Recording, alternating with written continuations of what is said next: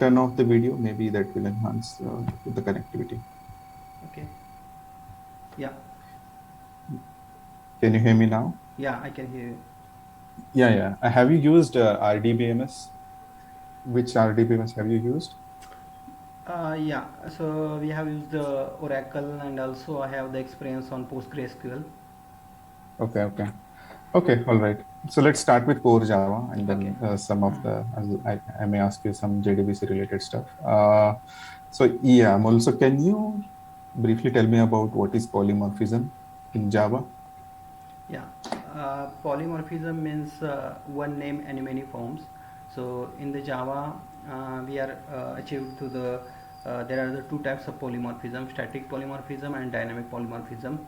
Static polymorphism means we can achieve it through the overloading, and dynamic polymorphism we achieve through the overriding. Okay. Uh, and can you briefly tell me about method overriding that you just mentioned? Yeah, so method overriding means the method having the same name in the parent class and the subclass. So the you can extend the parent class, and you can use the you can also run times it will decide which methods to be called. And also the method overriding, there are the rules. You cannot reduce the accessibility of the methods. So that is the method override. Okay. Can you override static methods?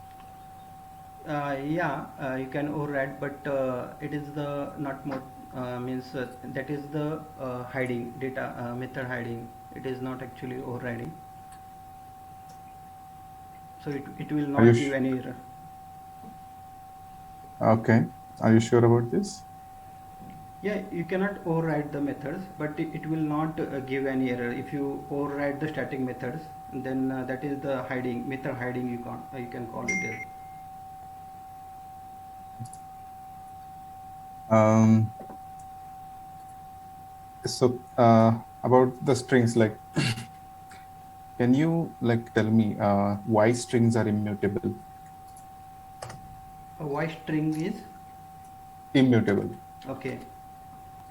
Okay, so the string is like in the Java we are using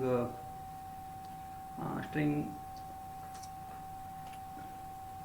because we are passing the parameters, so we need to use the some finals keywords. So in between we are passing the user ID password to the database. So these are the, so we don't want to change that data, so for the security purpose we need to that the string is immutable. Okay. Can you tell me what is immutability in Java? Like how it has been implemented? Immutability means you can't create the multiple objects. You can if you create the string is immutable in Java, and also the wrapper classes. So the once you the object is get created, and if you create the another object, then it will refer to the old object that you have created in the string.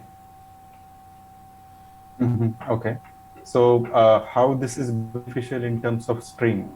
So that's what my question was earlier. Why strings are immutable? I didn't get your answer at first glance. So can you please elaborate on that, please?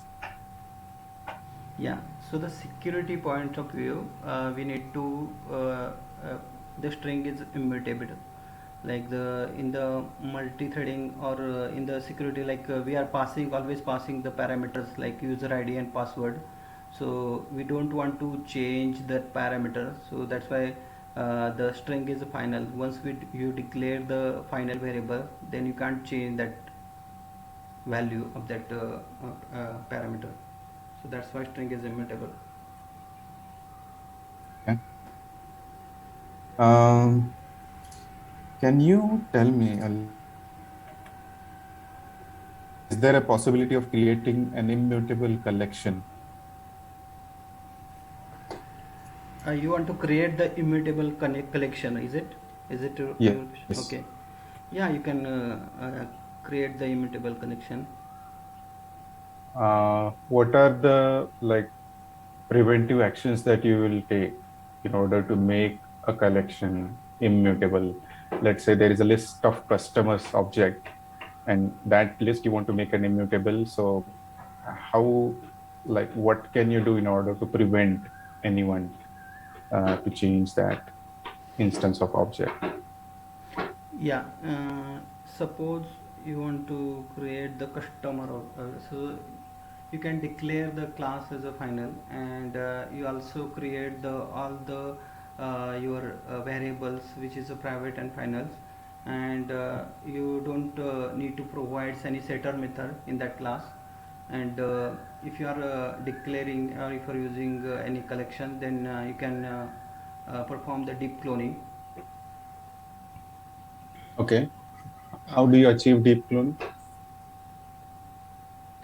Through the copy constructor, you can use the parameters constructor, and you can achieve it.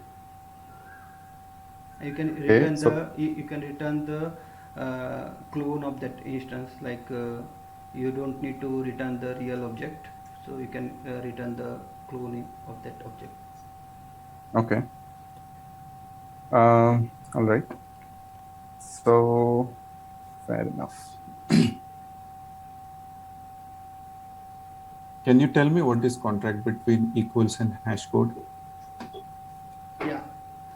Suppose you want to achieve the suppose you have to insert the custom objects into the hash map, and you want to generate the hash code, and also uh, want to check that if the uh, if you want if you are inserting the any custom object, then also you need to there is the contract between the equal and hash code methods. So you can override the equal and hash code methods in that your custom objects, and you can uh, insert that custom object in the hash map. So basically hash code generates returns the integer values, and equals methods, it is comparing the values in the linked list. Suppose you have uh, if you are fetching any data from the linked list like in the hash map, then you are using the get method, and equals method is used to fetch the data from the link bucket that you are using. Okay. Is it possible to insert a duplicate key in a hash map? Yeah, it is possible, but it will override the existing one. The value gets override. Okay. Can you have a null as a key? Only null key is allowed in the hash map. One null key. Okay. Um, have you used Hibernate? Yes, I have used. Okay. Can you tell me the disadvantages of using Hibernate? Disadvantages.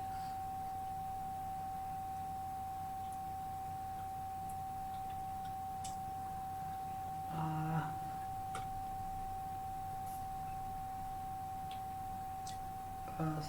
Disadvantages.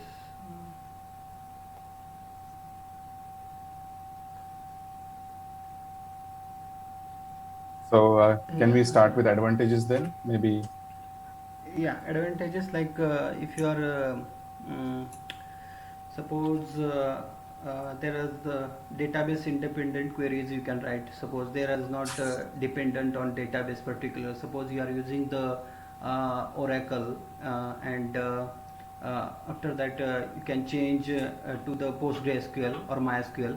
So you don't need to change your code. So you can just simply you can change your the mandatory properties of Hibernate, like username, password, and the URLs and drivers. Only that things you need to change.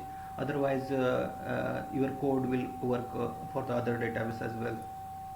And also Hibernate provides the criteria to generate the dynamic queries, and also you can prevent the SQL injection through the criteria. uh, yeah, and Hibernate provides a second level cache. So it will be beneficial to the if you are fetching any data from the database, and you can use the second level cache to store or you can use the query cache to store the result into that cache, and you can use that result in your application or in your Okay. So, given all this, like you said, like these are many advantages of using Hibernate, but can you think of any situation where Hibernate is not appropriate? if there the application is the huge means large applications are not feasible for the Hibernate, I guess. Mm-hmm. Okay. If you are using the smaller application, then it is good. Okay. So, uh, about the performance, do you think Hibernate lacks any do you think like Hibernate is having performance issues?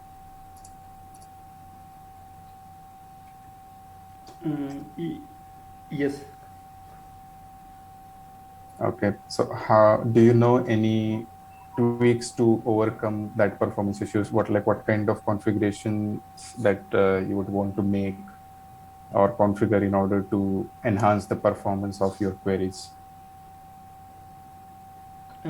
So for that you can use the s- caches like there are the you can use the query caches for the queries, and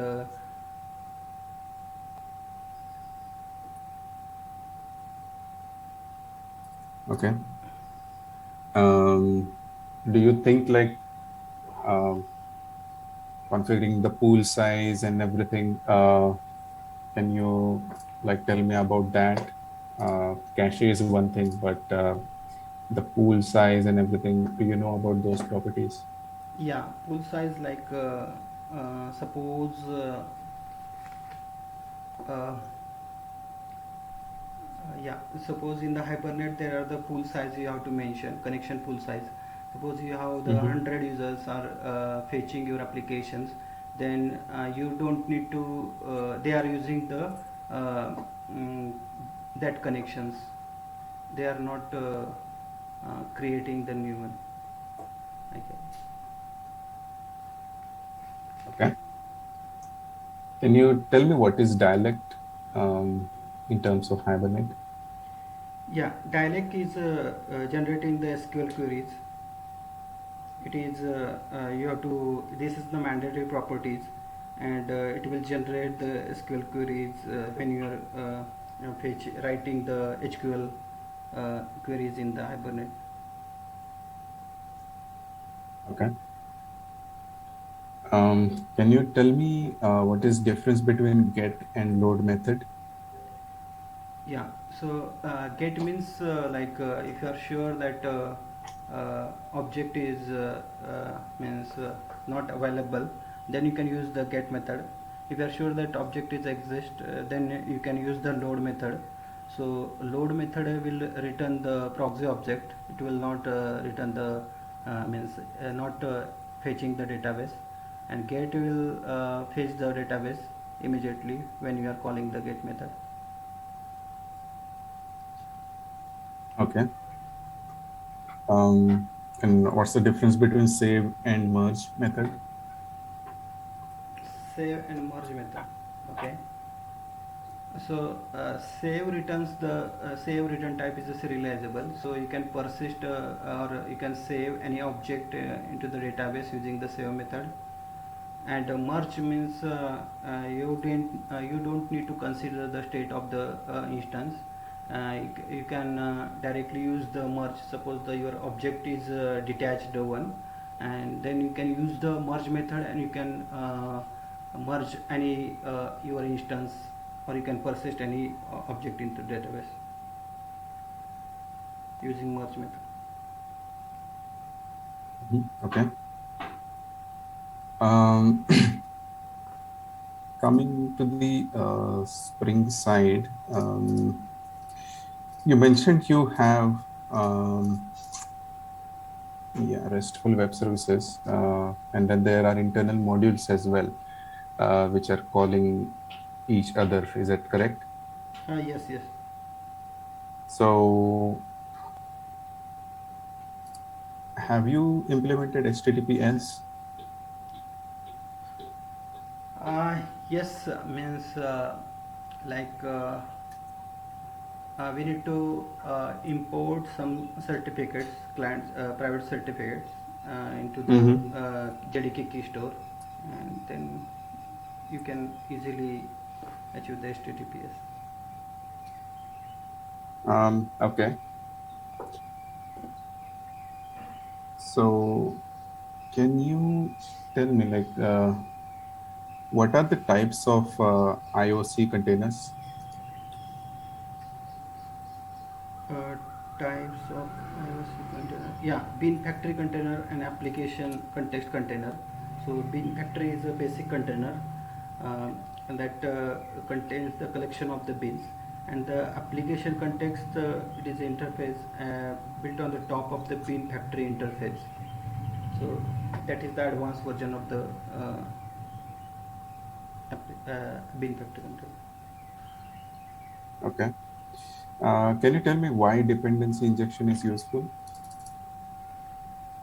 Because of the loose coupling, like when you want to create any beans in the Spring, then the Spring provides the inversion of control IOC. So there are the dependency. Spring provides the dependency injection. There are the two types of dependency injection: setter-based injection and constructor-based injection. Through that, you can inject your beans.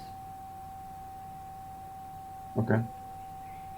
Can you tell me, can you explain the @controller annotation? What exactly it does to your code? Okay, so at the rate controller annotation serves the if you are mentioned the uh, at the rate controller annotations in any class, it serves like the it is the when the request comes, then it performs the operation on that. So it like mark as a controller. So it is a front.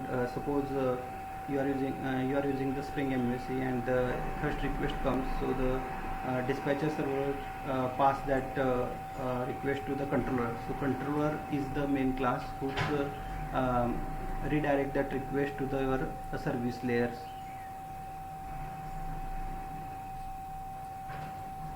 Okay.